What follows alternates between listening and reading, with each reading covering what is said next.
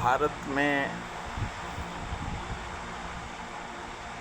महिला सशक्तिकरण डिलिमिटेशन पे लोकसभा राज्यसभा में बिल पेश होने हैं और सशक्तिकरण का ऊपर विरोधी पक्ष कांग्रेस को लोकसभा से नोटिस पत्र दिया। उसके जवाब में प्रधानमंत्री को और हाउस को मल्लिकार्जुन खड़गे जी ने कहा कि चुनाव 5 राज्य का चुनाव पूर्ण होने के बाद आप इस बिल पे चर्चा करिए और कांग्रेस चर्चा के लिए दोनों हाउस में तैयार है। और महिला सशक्तिकरण और जब महिला सशक्तिकरण का बिल है तो डिलिमिटेशन का इसमें जुड़ना सवाल खड़ा करता है, क्यों देश की अंदरूनी सवाल हैं और अभी 5 राज्य के इलेक्शन चल रहे हैं।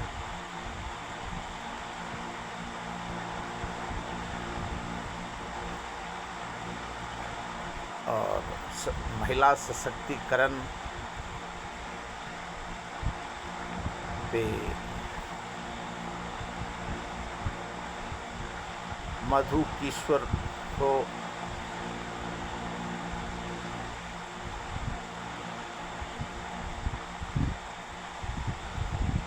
ने सवाल खड़े किए हैं और वैश्विक स्तर पे महिलाओं का सवाल है। भारत देश हो विदेश हो सभी जगह कल डोनाल्ड ट्रंप जी का धर्मपत्नी ने कहा कि एप्स्टीन के ऊपर हमको हमारे को बुलाओ, हम जवाब देंगे।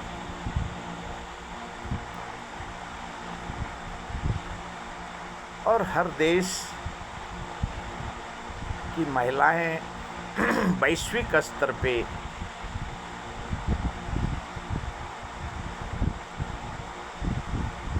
जो भारत में बृजभूषण सिंह के ऊपर सवाल उठे, कुलदीप सेंगर के ऊपर सवाल उठे, आसाराम, राम रहीम,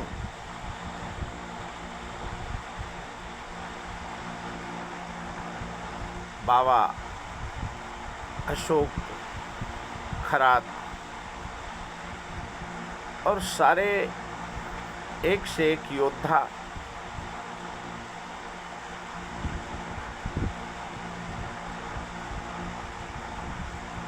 और वैश्विक स्तर पे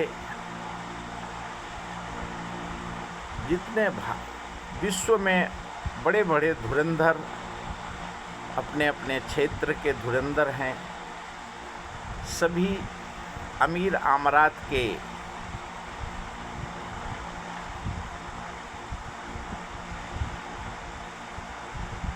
राजा और वैश्विक स्तर पे सेठ, साहूकार, डॉक्टर, कलाकार सभी के नाम एप्स्टीन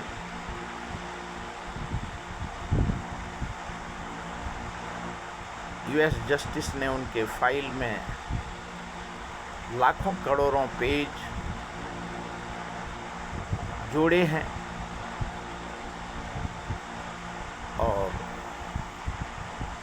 FBI हो, CIA हो और जितने मोसाद हैं, जितने इंटेलिजेंस हैं वैश्विक स्तर पे, और यूएस जस्टिस दुनिया का सबसे बड़ा लोकतांत्रिक यूएस जस्टिस है। मीडिया यूएस का निष्पक्ष है। BBC हो, वायर हो और जितने भी CNN हो, रॉटर हो, वैश्विक मीडिया एप्स्टीन पे चर्चा करना चाहता है और कितने देश में नाम आने के बाद एप्स्टीन फाइल का दुनिया भर में विरोध हो रहा है, इस्तीफे मांगे जा रहे हैं। क्यों? एप्स्टीन में 12 साल से 14 साल का जो पाप और कुकर्म से जुड़ी फाइल हैं, सारे एविडेंस और सारे ट्रायल के बाद उनके आरोपी को 2008 और 2018 में सजा हुआ और एप्स्टीन का मौत रहस्यमय तरीके से हुआ। जो आरोप लगे कि एप्स्टीन का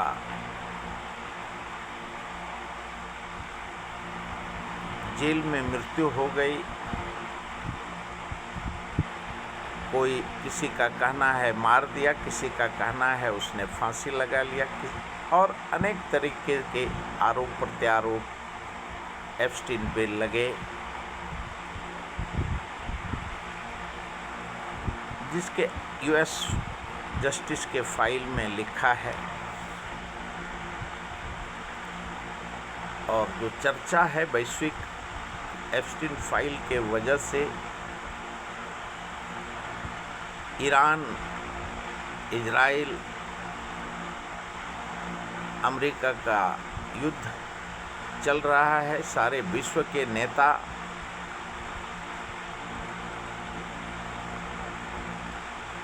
एप्स्टीन में इन्वॉल्व होने की वजह से वैश्विक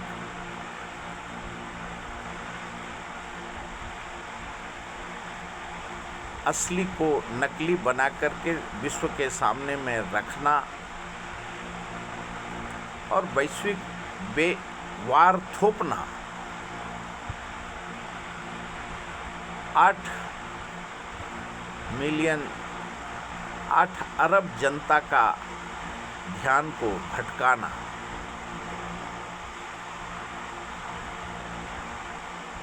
भारत में महिला सशक्तिकरण बिल पे चर्चा होना है और चर्चा में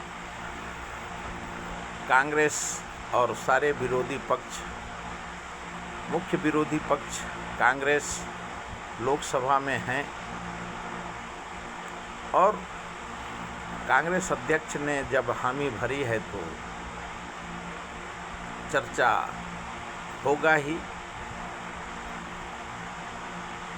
एक तरफ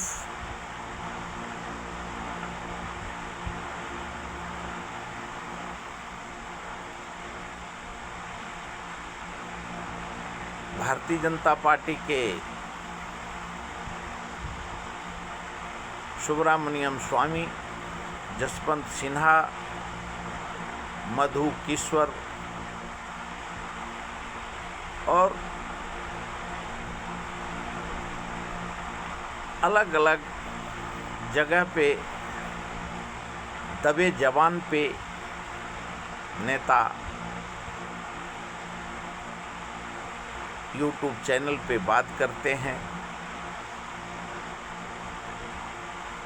लेकिन मुखर होकर के सुब्रमण्यम स्वामी और 1 महीने से मधु किश्वर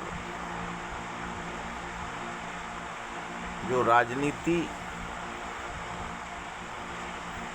के जाने माने शुभचिंतक और समर्थन देते हैं, और भारतीय जनता पार्टी में वो मजबूती से आरएसएस और भारतीय जनता पार्टी का मुखर नेता सुब्रमण्यम स्वामी जी हैं।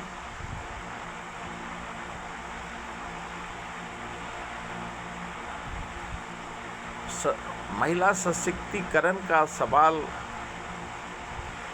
उठता है, और भारत में भी 140 से 50 करोड़ जनता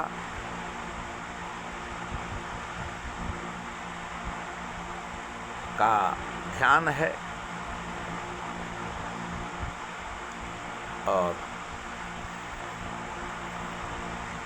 एक समूह जो एप्स्टीन के ऊपर ध्यान रखते हैं, और जब जितने आरोप प्रत्यारोप सत्ता पक्ष विपक्ष और सत्ता पक्ष भी सुब्रमण्यम स्वामी जी तो 2 साल से आरोप लगा रहे हैं।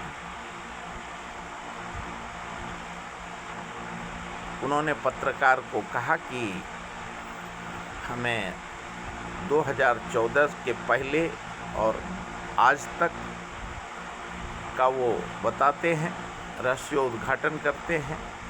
वहीं से ही पूर्णिमा किश्वर ये सवाल करती हैं, और देश में महिला को मुख्यमंत्री, क्यों महिला रिजर्वेशन बिल राजीव गांधी से लेके आज तक उस बिल पे आरक्षण महिला को मिलने की बात है, और आज भी पहले भारत की प्रधानमंत्री इंदिरा गांधी, थ्रेचर और वैश्विक स्तर पे भारत सर्वप्रथम है कि महिला को प्रधानमंत्री और मुख्यमंत्री।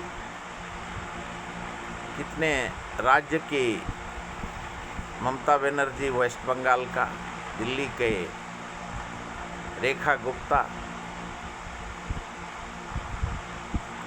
महिला मुख्यमंत्री हैं, और भारतीय जनता पार्टी का जोर है कि महिला मुख्यमंत्री हो और महिला सशक्तिकरण पे चर्चा हो। 2012-13 के दशक में निर्भया कांड के बाद सत्ता परिवर्तन हुआ। देश में विनोद राय सीएजी के चीफ और भारत की मीडिया ने सत्ता हस्तांतरण करने में आज तक मुख्य भूमिका निभाया, और अभी तक मुख्य भूमिका में हैं। सत्ता पक्ष उसको निष्पक्ष मीडिया कहते हैं, लेकिन भारत के विरोधी पक्ष, लोकसभा के नेता, राज्यसभा के नेता वो संवैधानिक संस्था को, मीडिया को कंप्रोमाइज्ड, इलेक्शन कमीशन को कंप्रोमाइज्ड, न्यायपालिका का प्रशांत भूषण जी ने जो आरोप लगाए कि वो कंप्रोमाइज्ड चीफ जस्टिस हुए और उन्होंने सबूत पूरे देश को बताया। प्रशांत भूषण जी ने यहाँ तक कहा कि हमारा संपूर्ण परिवार कांग्रेस के विरोध में रहा है, लेकिन हमने अन्ना हजारे के मूवमेंट में जा कर के हमने बड़ी गलती करी, जिसका पूरा देश का जनता आज खामियाजा भुगत रहा है।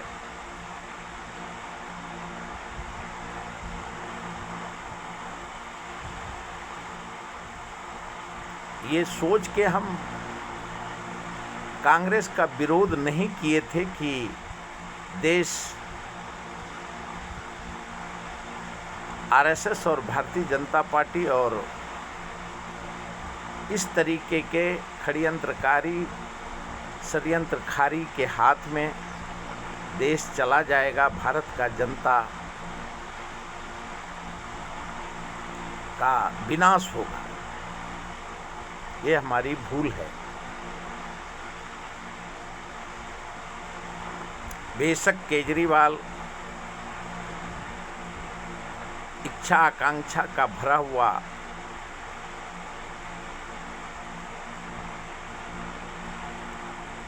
उसकी ख्वाहिश पूरी हुई, लेकिन देश का जनता आज असहाय महसूस कर रहा है, महिला असहाय महसूस कर रहा है। ये प्रशांत भूषण जी ने माना और देश के सामने में उन्होंने सारे चैनल पे इंटरव्यू दिए और वैश्विक स्तर से उनके इंटरव्यू का खंडन हुआ है और वो कर रहे हैं। सशक्तिकरण बिल का पूरा देश, पूरा विश्व स्वागत करता है, कांग्रेस ने भी किया है, लेकिन कांग्रेस के हर सभा में राहुल गांधी जी कहते हैं एप्स्टीन के वजह से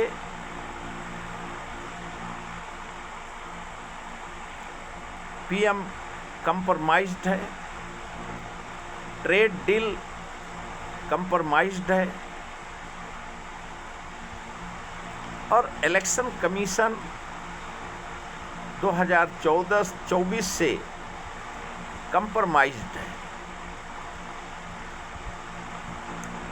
और जो 2024 में 65-70 सीट और नरेंद्र मोदी जी इलेक्शन हार गए थे, लेकिन खन्ना और ज्ञानेश गुप्ता के वजह से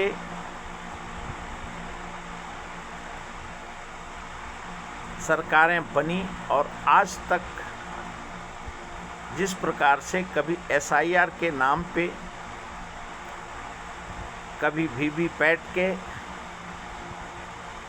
और हर प्रकार के हथकंडे अपना करके, जैसे प्रकला प्रभाकरन ने कहे कि 12 बजे रात के बाद भी नायडू के सारे कैंडिडेट 17 लाख वोट से इलेक्शन कमीशन ने जिताए और बिहार में नीतीश कुमार, जिनको भारतीय जनता पार्टी ने जिस प्रकार से चाहा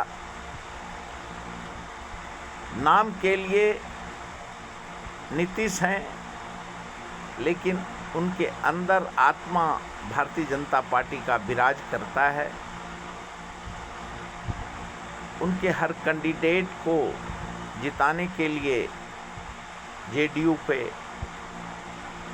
भारतीय जनता पार्टी ने उनको बहुमत के साथ उनको कभी जिताया, कभी हराया। और आज बिहार में कुछ दिन से नीतीश जी राज्यसभा के मेंबर बनाए गए और जो देश देख रहा है कि बिहार में सिर्फ जेडीयू नाम का है, बाकी काम का सारे कार्यक्रम भारतीय जनता पार्टी ही कर रहा है। और जो जानकार और सूत्र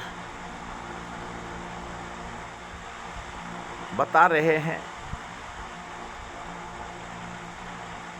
कि चाहे वाराणसी हो, चाहे बिहार हो, हर जगह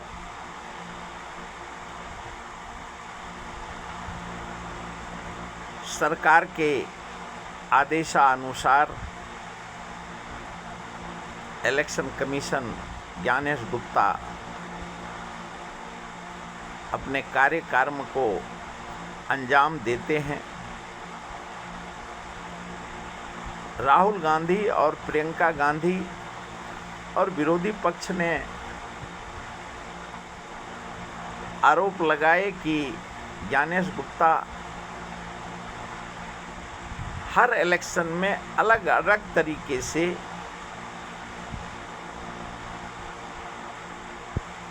जैसे अभी आसाम में, वेस्ट बंगाल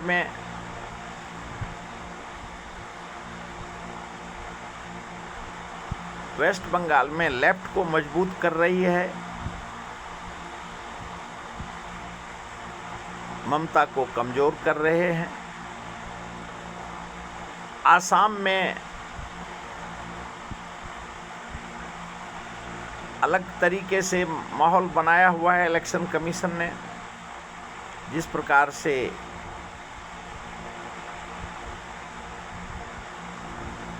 नायडू और नीतीश को बीजेपी ने बनाया, जो आरोप लगाए हैं, उसी प्रकार से 5 राज्य का इलेक्शन हो रहा है। और राहुल गांधी ने साफ कहा है कि संपूर्ण हिसाब ज्ञानेश गुप्ता को देना होगा। और ज्ञानेश गुप्ता कंप्रोमाइज्ड इलेक्शन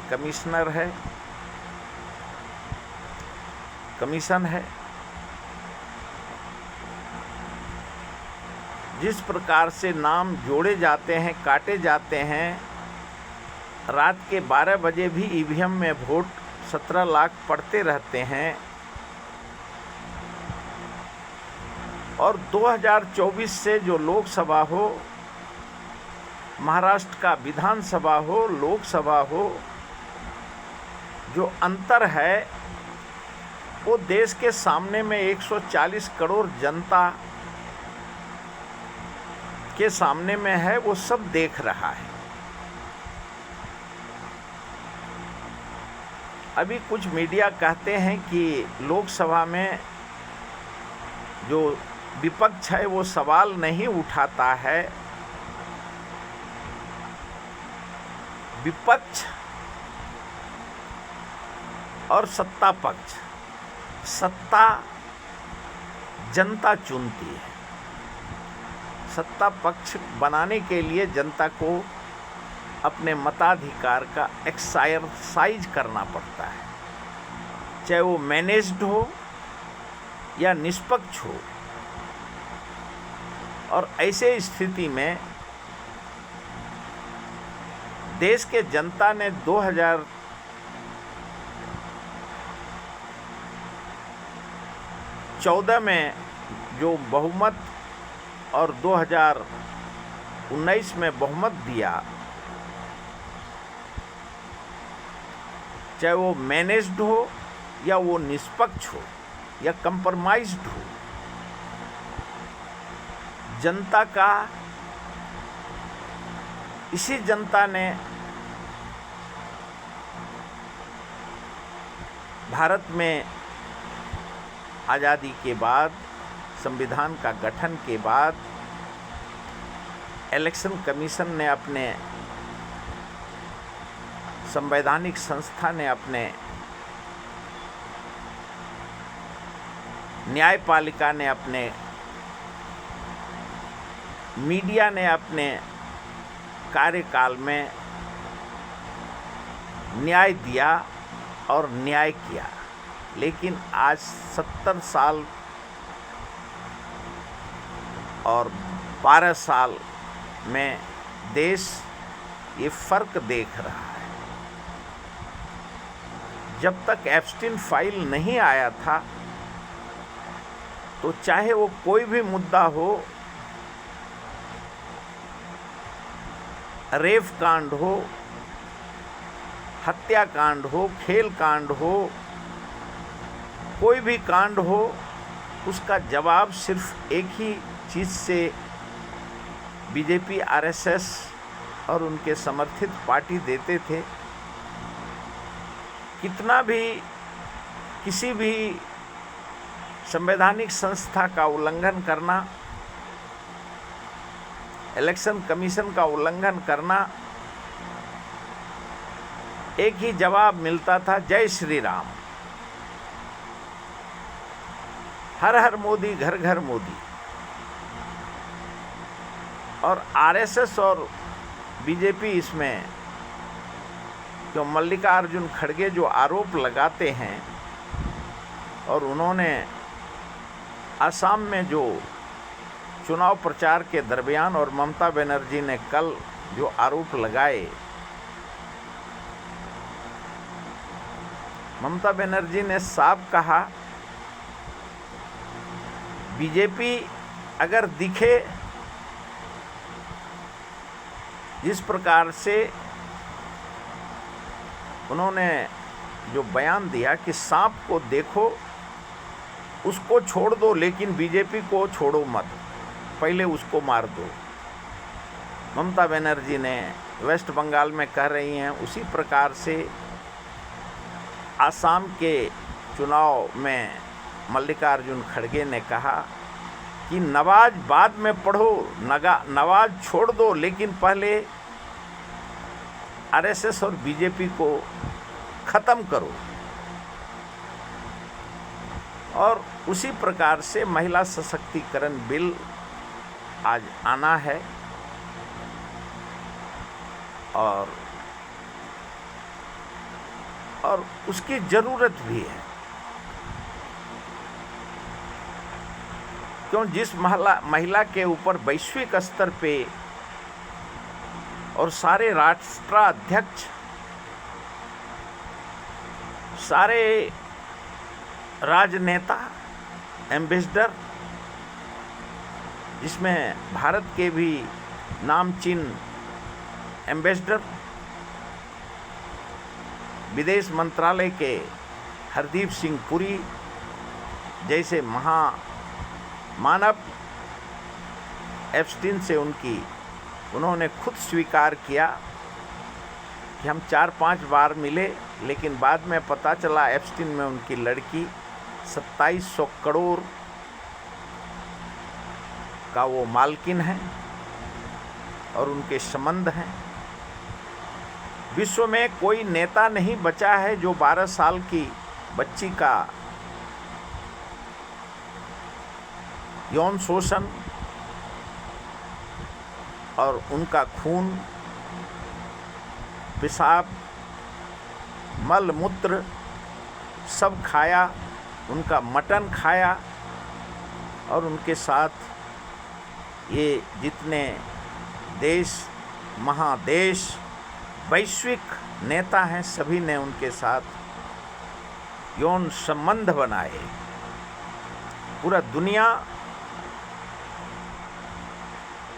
2008 से जो कृत्य वैश्विक चाइल्ड यौन शोषण हुआ है,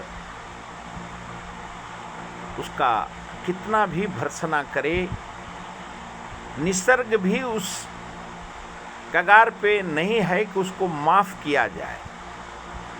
और जो ईरान और अमेरिका और इजराइल ने जो युद्ध किए, उसके परिणाम देश के सामने में है। सेकंड वर्ल्ड वार कहलाने वाला वैश्विक शक्ति आज उस एप्स्टीन पापी के वजह से उसकी भी आज यूनाइटेड स्टेट ऑफ अमेरिका का जो उसको सम्मान मिला था वो छिन सा गया 50 दिन के युद्ध के बाद। और ईरान जैसा छोटा देश जिसके पास एक छोटा सा टापू, ईरान और ओमान के कब्जे मालिकियत के देश के सामने में आज डोनाल्ड ट्रंप जैसे और वार क्रिमिनल बेंजामिन नेतन्याहू, जो पाकिस्तान बेंजामिन नेतन्याहू को देश मानने से इनकार करता है, उसको गुंडा टेररिस्ट पाकिस्तान कहता है। और देश ने देखा और विश्व ने देखा कि भारत भी अब ये बोलना होगा कि ये एप्स्टीन ऐसा संसार बोढ़न तारा है कि जिसका चाहे भारत हो, अमेरिका हो, इजराइल हो, इजराइल का तो नाम नहीं है, लेकिन अमेरिका और भारत जैसे कंट्री का जो दशा दुर्दशा वैश्विक स्तर पे निसर्ग भी कर रहा है, निसर्ग भी सुनने को उसको तैयार नहीं है। और जो सवाल भारत में कैप्टन खरात बाबा, अशोक खरात बाबा निकला है, जो मीडिया टीवी पे देखने के बाद यूट्यूब पे जब देखता है लोग, तो देखने वाला अपना आंख बंद कर लेता है। क्यों? जितने बड़े घर की महिलाएं हैं उसमें जो चित्र किया जाता है, कैप्टन अशोक खरात बाबा उसको कुछ अंजाम नहीं देते उस कर्म को। वो महिलाएं सभी कार्य खुद करती हैं, और जो जितनी महिलाएं हैं उसमें जो महिला की अध्यक्षा रही हैं, उन्होंने जो यूट्यूब चैनल पे आ रहा है, हमारे पति को मालूम था, हमारे बच्चे को मालूम है कि हम बाबा से हमारा संबंध हमने 5 बार बनाए। ये संस्कृति संस्कार का देश है। महाराष्ट्र साधु संत संस्कृति संस्कार का राज्य है। यहाँ बूढ़े, जवान, महिला विश्व स्तर पे इनका जो मान सम्मान दिया जाता है, उस राज्य में जिस प्रकार से आपत्तिजनक भारत एक संस्कृति संस्कार का देश है, पूरा विश्व भारत का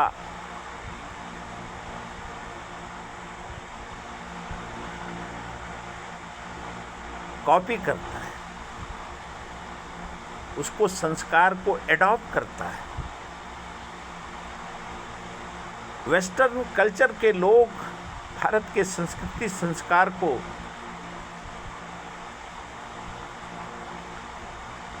अपनाता है, लेकिन भारत में वेस्टर्न के कल्चर को अपनाना ये दुर्भाग्यपूर्ण है। जिस निर्भया कांड के वजह से इतना बड़ा संसद सत्ता का हस्तांतरण हुआ, एक निर्भया के वजह से जो मीडिया ने माहौल बनाए, जो मीडिया ने उसको अंजाम दिए, आरएसएस, बीजेपी, अन्ना हजारे, रामदेव, रविशंकर, पंडित रविशंकर, एक से एक साधु संत महात्मा ने जिस प्रकार से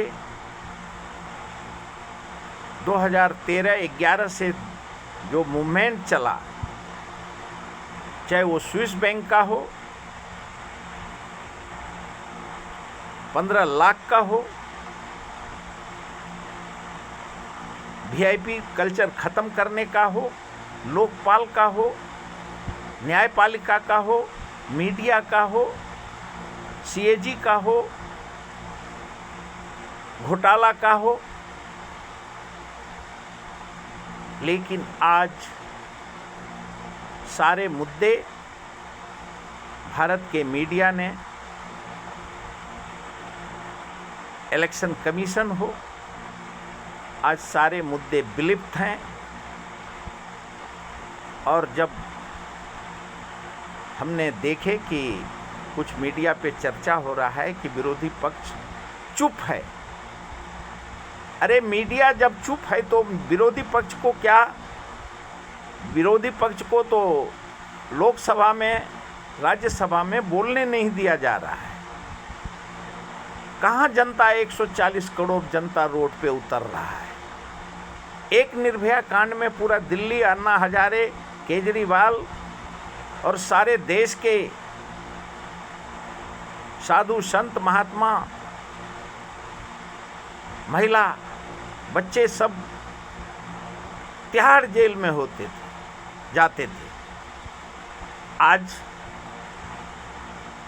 पूरे देश में, पूरे विश्व में महिला के ऊपर अत्याचार होता है। उत्तर प्रदेश उन्नाव में कौन कौन सा राज्य में, कौन कौन सा जिला में पीड़िता को बलात्कार करते हैं, मार देते हैं। जितना 70 साल में क्राइम रिपोर्ट अगर देखेंगे तो 70 साल में जितना महिला के वो साथ जो व्यवहार हुआ, वो 12 साल में लाखों पीड़िता हैं। और 40,000 महिला 5 साल में जो रिपोर्ट आ रहा है मीडिया में, 40,000 महिला 5 साल में गुजरात से गृह मंत्री और प्रधानमंत्री के होम टाउन में महिला लापता हैं। और हर राज्य में महिला और बच्ची गायब हैं। स्कूल, कॉलेज, हॉस्पिटल प्राइवेटाइजेशन के वजह से, कोरोना काल के वजह से देश आज जान बचाना है तो घर पहले बिकना है, और घर बिकना नहीं है तो जान से जाना है। कोरोना काल से जो सिस्टम खास करके भारत जैसे गरीब देश में हुआ, उसका सवाल आज नहीं कर पा रहा है, उसका जवाब देने की ज़रूरत है। सारे सवाल पूछने वाला जो पूछते थे वो सारे सत्ता पक्ष के गुलाम बने हुए हैं। जो राहुल गांधी आरोप लगाते हैं, राहुल गांधी साफ कहते हैं कि अगर तुमने भ्रष्टाचार किए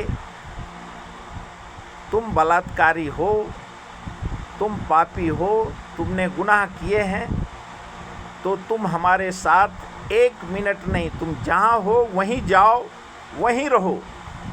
तुम कांग्रेस के नहीं हो और तुम हमारे शागिर्द नहीं बन सकते। राहुल गांधी इसके लिए पूरे देश में और विदेश में अकेला लड़ने वाला, भारत में इतनी राजनीति पार्टी हजारों, कम से कम आज़ादी के बाद हजारों बार कांग्रेस टूटा, लेकिन बिगर गांधी का कांग्रेस का कोई महत्व ही नहीं रहा। क्यों? उनकी इच्छा और आकांक्षा से भरा, चाहे वो कश्मीर से कन्याकुमारी तक जितने भी राजनीति पार्टी में रहे, वो अपने आप में वो समाप्त हो जाते हैं, वो ख़त्म, विलुप्त हो जाते हैं, विरोध करते हैं। कोई मुख्यमंत्री, कोई प्रधानमंत्री तक बने, जैसे वीपी सिंह बने, मुरारजी भाई बने, और एक से एक राजनेता देश में बने कांग्रेस को सिर्फ कांग्रेस के ऊपर आरोप लगा करके। लेकिन आज ना वो राजनीति पार्टी रहा और ना वो विरोधी पक्ष रहा। कांग्रेस आज भी हजारों बार टूटने के बाद कांग्रेस अपने स्थान पे, वैसे कांग्रेस के एक वक्त में संजय गांधी जी थे, उनकी धर्मपत्नी, उनके पुत्र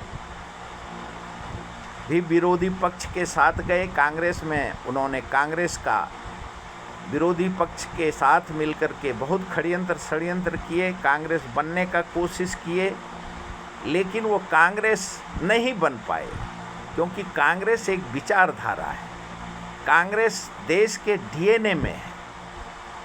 और आज भी जो 12 साल से जो आरोप और 70-78 साल से आरएसएस और बीजेपी ने जो षड्यंत्र करके सीएजी रिपोर्ट, सारे संस्था में सरकार कांग्रेस का था, लेकिन नेतृत्व सारे संघियों ने कांग्रेस में रह करके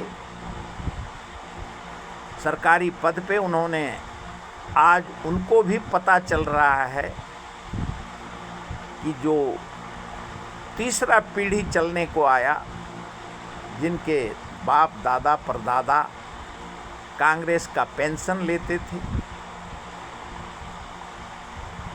उन्होंने बेशक सेकेंड जनरेशन में भी पेंशन लिया, लेकिन उनके पुत्र उनकी पेंशन बंद कर दी। और अब उनके जितने संघी थे, आरएसएस थे, आज भी अगर पेंशन वो आज़ादी के गांधी, नेहरू का आज़ाद, मौलाना आज़ाद का पेंशन नहीं दे, तो वो उनके पुत्र भूख का और प्यास का कश्मीर से कन्याकुमारी तक शिकार होंगे। ये फर्क गांधी, नेहरू और कांग्रेस और आरएसएस और बीजेपी में है। और अब जो मीडिया में चर्चा है, आरएसएस चीफ ने कहा कि ईस्ट इंडिया के आज़ादी के लड़ाई में, ईस्ट इंडिया को भगाने में आरएसएस का योगदान है। ये कांग्रेस को नहीं पचाने वाली बात है और कोई इसको स्वीकार भारत का जनता नहीं करेगा, क्यों? कांग्रेस एक विचारधारा है। कांग्रेस लोग, इसके लिए राहुल गांधी ने बिहार के इलेक्शन के बाद कहा था कि 500 बार कांग्रेस हम हारेंगे, फिर भी हम इलेक्शन कमीशन, संवैधानिक संस्था, न्यायपालिका को अधीन करके भारत के जनता का जब तक हमको दिल से सम्मान के साथ लोकतांत्रिक मूल्यों से हम जीतेंगे, तब तक हम हारते रहेंगे, हारना मंजूर करेंगे, लेकिन हम कंप्रोमाइज्ड होना मंजूर नहीं करेंगे। और उसका उदाहरण है कि लोकसभा में महात्मा फुले के कार्यक्रम में प्रधानमंत्री मोदी जी ने जो राहुल गांधी से मिले, जो चर्चा है कि उनकी माताजी का हालचाल उन्होंने पूछा, एक दूसरे को हाथ जोड़कर अभिवादन किया, ये भारत का संस्कृति संस्कार का हिस्सा है। बेशक संघियों ने, बीजेपी ने और जितने भी भारतीय जनता पार्टी के फ्रंटियल ऑर्गेनाइजेशन हैं, लेकिन जब देश और विदेश का सवाल आता है तो गांधी नेहरू के बिना देश संपूर्ण नाम नहीं लिया जा सकता। और उस पे सवाल देश ने देखा है। आडवाणी जी जब पाकिस्तान भारत का प्रतिनिधि मंडल का अध्यक्षता कर रहे थे, तो उन्होंने जिन्ना के मज़ार पे फूल माला चढ़ाए, तो आरएसएस और भारतीय जनता पार्टी ने उनका राजीनामा ले लिया। लेकिन आज हर देश में जाने के लिए मोदी जी को पहले वहाँ गांधी नेहरू के स्टैच्यू के पास उनको फूल माला देना पड़ता है, क्यों विश्व में दिया जाता है। वो मान सम्मान आज भी ओबामा ने और हर देश राष्ट्राध्यक्ष ने गांधी नेहरू को आज भी उतना ही सम्मान दिया जाता है। उनके हर देश में, विश्व में 200 देश में उनका स्टैच्यू है। और यही फ़र्क है। तो महिला सशक्तिकरण पे जो चर्चाएं होनी हैं और 5 राज्य का इलेक्शन, राहुल गांधी जी ने पहले ही कहा है कि जिसको लड़ना है, जीतना है, लोकतंत्र को मजबूत करने के लिए हम इलेक्शन लड़ते हैं और जीतने हारने के लिए नहीं, देश के जनता के लिए है। और जब देश का जनता को संपूर्ण न्याय, हम कंप्रोमाइज्ड स्थिति में हम कंप्रोमाइज्ड होकर के हमको ऐसा सत्ता नहीं चाहिए। यही फ़र्क। तो महिला सशक्तिकरण का जो बिल है, डिलिमिटेशन का बिल है, उस पे चर्चा होना है। और देश, क्यों राहुल गांधी जब 2024 से जब उन्होंने कहा कि सब कंप्रोमाइज्ड है, तो देश के जनता को भी कंप्रोमाइज्ड न्याय मिलेगा। इसके लिए चाहे वो महिला सशक्तिकरण बिल हो, इलेक्शन हो, हम भारत के रहवासी हैं और हमको उसी में रह कर के, लेकिन हमें निष्पक्ष जब तक हम नहीं होंगे दिल से, तब तक ऐसे माहौल में रह कर के हमको विजयी नहीं लेना है। जनता हमें जिस दिन चुनेगी उस दिन से हम उचित न्याय देंगे। अभी बहुत सारे बिल भारत में 12 साल में सारे बिल पास हुए और क्यों बहुमत भारतीय जनता पार्टी, आरएसएस और उनके अलायंस के पास है। उसका जवाब भारत के जनता को, जो सत्ता में हैं, उनको देना है। और कांग्रेस विरोधी पक्ष के भूमिका में है और विरोधी पक्ष का भूमिका बहादुरी के साथ भारत में निभाएगा, चाहे वो महिला सशक्तिकरण बिल हो या डिलिमिटेशन बिल हो। अभी तक इतना ही।